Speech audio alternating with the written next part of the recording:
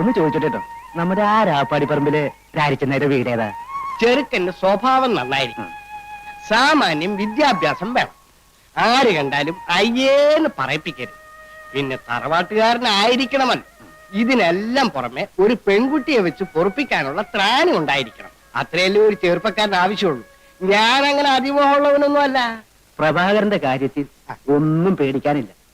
30 വിളയുന്ന 2 ഏക്കർ നിലപ്പാടമുണ്ട്, തെങ്ങും പറമ്പുണ്ട്, കൊപ്ര കച്ചവടമുണ്ട്, നല്ല എണ്ണം പറഞ്ഞ 4 കറവ പശുക്കളുണ്ട്. ഇതിൽ കൂടുതൽ രാരിച്ചെന്നാരുടെ മകൾക്ക് നല്ലൊരു ബന്ധം കിട്ടാനില്ല.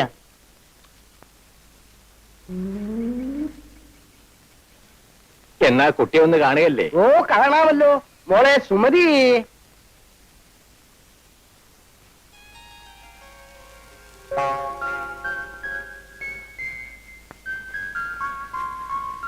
അച്ഛന്റെ പൊന്നുമോളിന്ന് വാ. ഇവളുടെ ഒരു കാര്യം, ആള് പീക്കിരിയാണെങ്കിലും അവളുടെ ഒരു നാളം കണ്ടില്ലേ? ഇതാണ് എന്റെ ഏറ്റവും ഒടുവിലത്തെ ലാസ്റ്റ്. സുശീലേ, ഇനി മോളിന്ന് വാ. വാ, അച്ഛന്റെ തങ്കക്കട്ടി ഇങ്ങ് വാ. ഇവളാണ് ഇതിന് നേരെ മൂത്തത്.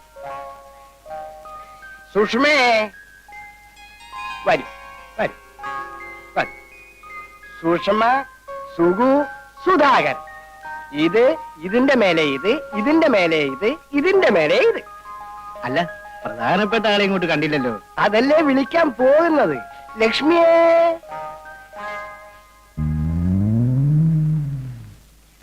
ഇതാണ് എന്റെ ഭാര്യ, കുട്ടികളുടെ അമ്മ. നമ്മൾ കല്യാണത്തിന് ആലോചിക്കുന്ന കുട്ടിയെ വിളിക്കൂ രാരിച്ചെന്നേരെ? വിളിക്കാം. ലക്ഷ്മി, ഇവിടെ കൊണ്ടുപോയിട്ട് അവളെ എങ്ങ് അയക്കൂ.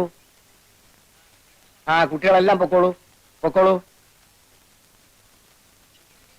എണീരടാ അവിടെ, മടി കയറിയിരിക്കാൻ കണ്ട നേരം. അങ്ങോട്ട് ചെല്ലടി, അവർ നിന്നെ പിടിച്ചു നിന്നത്തൊന്നുമില്ല. നിന്നെ കാണാൻ വേണ്ടി വന്നതാണ് നീ.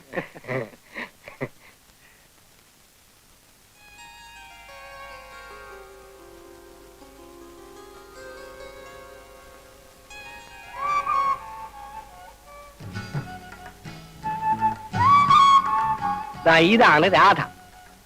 മോളെ, ഇതാണ്, അല്ല ഇതാണ് പ്രഭാകരൻ. നോക്ക്.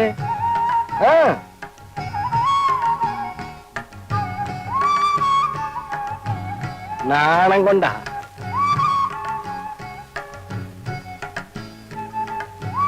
അപ്പോ കുട്ടിയെ ഞങ്ങൾക്ക് ഇഷ്ടപ്പെട്ടു. ഇനി തീയതിയെല്ലാം നിശ്ചയിച്ച് ഞങ്ങൾ ഇങ്ങോട്ട് വരാം. ശരി, എന്നാ നമുക്കിറങ്ങാം.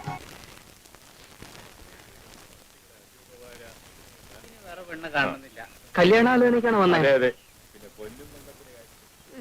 എടി, അവൻ എന്താ ഒരു കുറവ്?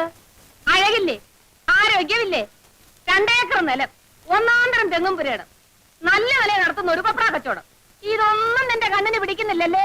അപ്പൊ പശുവും തൊഴുത്തുവോ? ആ, അത് വേറെ. എനിക്ക് വേണ്ടെന്ന് വെച്ചാ വേണ്ട. 1 2 26ാമത്തെ ആലോചനയായത്. ഇത് നിനക്ക് വേണ്ടാന്ന് വെച്ചാ പച്ചവെള്ളം ഞാൻ തരത്തില്ല. എന്റെ ലക്ഷ്മി കുട്ടി, നീ കിടന്ന് തിളയ്ക്കാതെ. 8ഉം പൊട്ടും തിരിയാത്ത കൊച്ചിനോട് വർത്താനം പറയുന്ന രീതിയാണത്. എന്റെ മോളോട് ഞാൻ പറയാം. അച്ഛന്റെ മോളെ, മോള് ആ പയ്യനെ ശരിക്കും കണ്ടോ? നല്ല സിനിമാ നടനെ പോലെ ഇരിപ്പില്ലേ? ആരെ പോലെ ആയാലും എനിക്ക് വേണ്ട. എന്റെ മോളെ, നീ ഇങ്ങനെ വാശി പിടിച്ചാൽ അച്ഛൻ ചങ്ക് പൊട്ടി ചത്തുപോകും. നിനക്കിടയിലില്ലേ 3-4 കൊച്ചുങ്ങള്? നിങ്ങൾ ഇങ്ങനെ ഇരുന്ന് പുന്നാരം പറഞ്ഞിട്ട് അവള് തലയെ കയറുന്നത്. വല്ലവനുമായിട്ട് പ്രേമവും കുന്തോണ്ടെങ്കിൽ മനസ്സിലാക്കാം. വരുന്ന ഒരുത്തനെ അവൾക്ക് പിടിക്കൂല. എടി, സത്യം പറ, നിന്റെ ഉള്ളിലിരിപ്പ് എന്താ? കല്യാണത്തക്കം പട്ടണത്തിൽ വരണം. ചേച്ചി പട്ടണത്തിലേക്ക് കൊണ്ടുപോകണം. ചെക്കൻ പാന്റ് ഷർട്ട് ഇടണം, ഇംഗ്ലീഷ് പറയണം, പരിഷ്കാരം വേണം, സിഗരറ്റ് വലിക്കണം, പട്ടണത്തിൽ പോണം, ഇംഗ്ലീഷ് പഠിക്കണം, നിന്റെ അമ്മയുടെ തല വേണം. ഇതിന്റെ ഇടയ്ക്ക് ആ പീക്രാന്തി ഉണ്ടല്ലോ.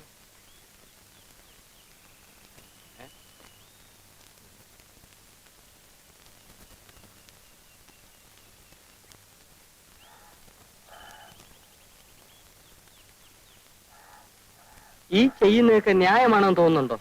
രാധയ്ക്ക് ഇതുവരെ 26 കല്യാണാലോചന വന്നിട്ടുണ്ട്. അപ്പോഴൊക്കെ നീ ചോദിച്ച അതേ ചോദ്യമല്ലേ ഇപ്പോഴും ചോദിക്കുന്നത്? ഞാൻ ആരാ? വാസുണ്ണി. അല്ല, അമ്മാവന്റെ ആരാ? അനന്തരവൻ. ആണേ, ഞാനിവിടെ വരുമ്പോ എനിക്ക് വയസ്സ് എത്രയായിരുന്നു? 26 തവണ ഞാൻ പറഞ്ഞതല്ലേ 12 അന്ന് എന്റെ അമ്മ അമ്മാവിന്റെ മുമ്പിൽ കിടന്ന് മരിക്കുമ്പോ അമ്മാവൻ കൊടുത്ത വാക്കെന്തുവാ? അന്ന് അത് അബദ്ധത്തില് പറഞ്ഞു പോയതല്ലേ എന്റെ വാസുണ്ണി. രാധയെ നിനക്ക് കല്യാണം കഴിച്ചു കൊടുക്കാമെന്ന് 12 വയസ്സ് മുതൽ നീ ഇതേ ശരണമെന്ന് പറഞ്ഞ് നടക്കുമെന്ന് ഞാൻ കരുതിയോ? മരിക്കാൻ നേരത്തെ ഒരാൾക്ക് കൊടുത്ത വാക്ക് പാലിക്കണ്ടേ അമ്മാവാ? എടാ വാസുണ്ണി, എന്റെ സഹോദരി നിന്റെ അമ്മ മനസമാധാനത്തോടുകൂടി മരിച്ചോട്ടെ എന്ന് വിചാരിച്ച് ഞാൻ അന്ന് ഒരു ഭംഗി വാക്ക് പറഞ്ഞു. എന്നാൽ എന്റെ അമ്മയ്ക്ക് മനസമാധാനം കിട്ടിയിട്ടില്ല. അത് നിനക്ക് എങ്ങനെ അറിയാം? എന്റെ അമ്മയുടെ ആത്മാവ് കരഞ്ഞുകൊണ്ട് ഇവിടെ എല്ലാം ചുറ്റി കറങ്ങുന്നുണ്ട്. അവളെ കാണുമ്പോ ഞാൻ പറഞ്ഞോളാം, നീ സമാധാനമായിട്ടിരിക്കും. ഇന്നലെ രാത്രിയിലും സ്വപ്നത്തിൽ വന്ന് എന്റെ അമ്മ എന്നോട് ചോദിച്ചു, എന്താ മോനെ നിനക്കൊരു വിഷമം? എടാ, ഒരു ഉത്തരവാദിത്വം ഇല്ലാതെ പട്ടവും പറപ്പിച്ച് നടക്കുന്ന നിന്നെ വിശ്വസിച്ച് ഞാൻ എങ്ങനെയാടാ രാധയെ പറഞ്ഞേക്കുക? ഇപ്പൊ ഞാൻ അങ്ങനെ നടക്കുന്നത് ശരി തന്നെ, പക്ഷെ രാധയെ കെട്ടിയാൽ ആ സെക്കൻഡിൽ അമ്മാവനേക്ക് ഓഹരി തരണ്ടേ? എന്നിട്ട് അതിൽ കെങ്കേയമായി കൃഷി ഇറക്കി ഞാൻ അവളെ പൊന്നുപോലെ നോക്കുമാ. വാസുണ്ണി, നീ എന്നെ ഇങ്ങനെ ഞെക്കി പിരിയരുത്. ഓരോ കല്യാണക്കാര് വരുമ്പോഴും അപ്പ നീ എന്നെ വിളിക്കും. അത് കാണുമ്പോഴേ എന്റെ തല എങ്ങനെ കറങ്ങും. അവൾക്കാണെങ്കിൽ നിന്നെ എന്നല്ല അന്വേഷിച്ചു വരുന്ന ഒരുത്തനെയും പിടിക്കൂല. പട്ടണത്തിൽ നിന്ന് വേണം പോലും, പട്ടണത്തിൽ നിന്ന്. എന്താണാവോ പട്ടണത്തിൽ ഇത്ര തുള്ളാൻ?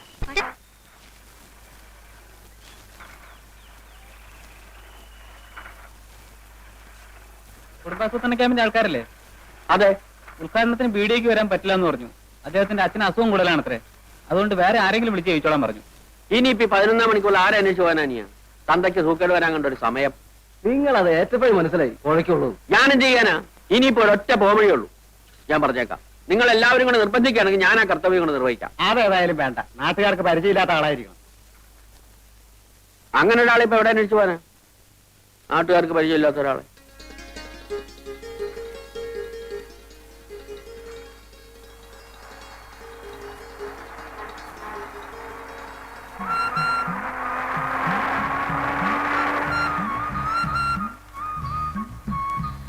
ഈ വില്ലേജ് ഓഫീസിലേക്കുള്ള വഴി ഏതാ?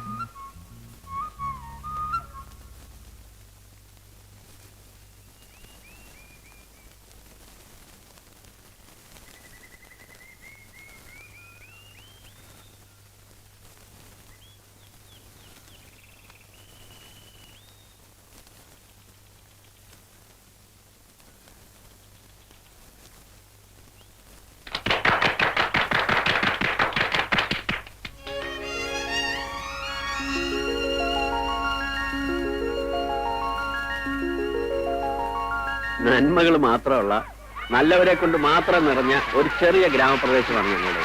സാർ ഒന്നുകൊണ്ട് കുട്ടികൾ നിശബ്ദരായിരിക്കൂ, നിശബ്ദരായിരിക്കൂ. കുട്ടികൾ ഇങ്ങോട്ട് കയറിക്കോ. ഇവിടെ ഇരിക്കാം.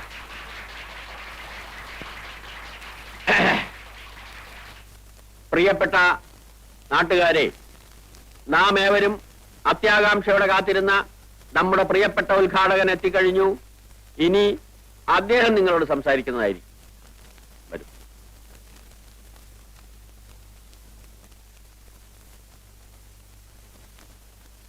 പ്രിയപ്പെട്ട സഹോദരന്മാരെ, സഹോദരികളെ, നിങ്ങൾക്ക് നമസ്കാരം. ഈ കുടുംബം എന്ന് പറയുന്നതാണല്ലോ കുടുംബാസൂത്രണത്തിന്റെ ഒരു ഇത്. അപ്പൊ ഒരു കുടുംബത്തിൽ ഒരു കുടുംബനാഥൻ, കുടുംബനാഥ, ബാക്കിയുള്ള അങ്ങനെ. അപ്പോ കുടുംബം എന്ന് പറഞ്ഞാൽ അങ്ങനെ ഇരിക്കുന്ന ആ സന്ദർഭത്തിൽ കുടുംബത്തിൻ്റെതായിട്ടുള്ള ഒരു സൂത്രമാണ് ഈ കുടുംബാസൂത്രണം. അപ്പോ ഈ കുടുംബപരമായിട്ടുള്ള, കുടുംബത്തിൽ കൂടുതൽ കുട്ടികൾ ഉണ്ടായാലുള്ള കഷ്ടപ്പാടുകളെ കുറിച്ച് ഞാൻ ബുദ്ധിമുട്ടേണ്ടതില്ലല്ലോ. ചുരുക്കത്തിൽ കുടുംബം, കുടുംബനാഥൻ, കുടുംബിനി, കുടുംബാസൂത്രണം. അപ്പോ കുടുംബാസൂത്രണത്തെ കുറിച്ച് ഇതിൽ കൂടുതലായി ഞാൻ നിങ്ങൾക്ക് പറഞ്ഞു തരേണ്ടതില്ലല്ലോ. ഞങ്ങളുടെ മാനം രക്ഷിച്ചതിന് വളരെ നന്ദി. നിങ്ങൾക്ക് എന്റെ നമസ്തേ.